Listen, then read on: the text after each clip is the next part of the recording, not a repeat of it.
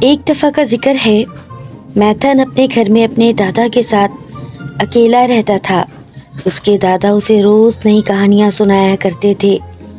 ایک دفعہ اس کے دادا نے خرگوش کی دنیا کی ایک انوکھی کہانی سنائی، جسے جان لینے کے بعد میتھن اب جنگل جانے کی تیاری کرتا ہے اور اس دنیا کو کھوجنے کے لیے وہ بنا بتائے چپ چاپ ایک رات اپنے گھر کو چھوڑ خرگوش کی دنیا میں چلا جاتا ہے۔ وہ خرگوش کی دنیا کو دیکھ کر دیوانہ ہو جاتا ہے۔ وہاں کی خرگوش اور وہاں کے لوگ اسے بہت پسند آتے ہیں۔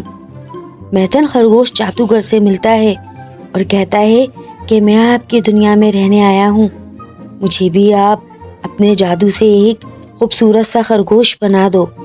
جادوگر اسے اپنے گھر لے جاتا ہے اور جادو سے اسے بہت ہی خوبصورت خرگوش بنا دیتا ہے۔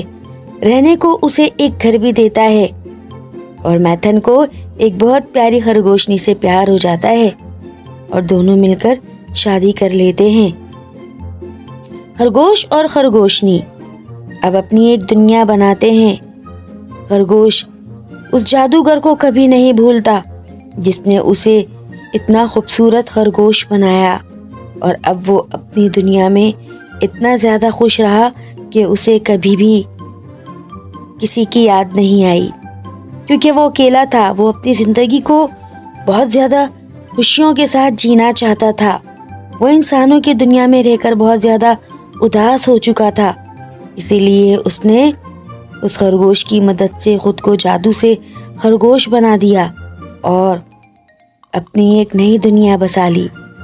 میتھن کے بچے ہوئے اور وہ بچے بھی اتنے زیادہ خوبصورت تھے۔